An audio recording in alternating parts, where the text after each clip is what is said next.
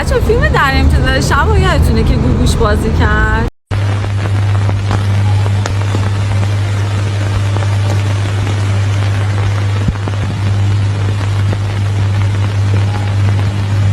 صبح بخیر. صبح بخیر. تو شبگردی؟ آره، یه شبگرد عاشق. و لابد عاشق من. خب دیگه از بدشانسی. چه موقع مناسبی هم پیدا کردی بر ابراز عشق؟ این در واقع همون خونه خود گوگوش بود که داخل همون خونه هم فیلم بازی کرد. خیلی الان هم شده دبیرستان دوره دوم دانا. این چیه اینجا گذاشتی؟ خوشت نمیاد؟ خیلی گرون قیمتی. چیز گرون قیمت هم میتونه مزخرف باشه. مزخرف؟ این بهترین کار بهترین نقاش کلاسیک ماست. غیر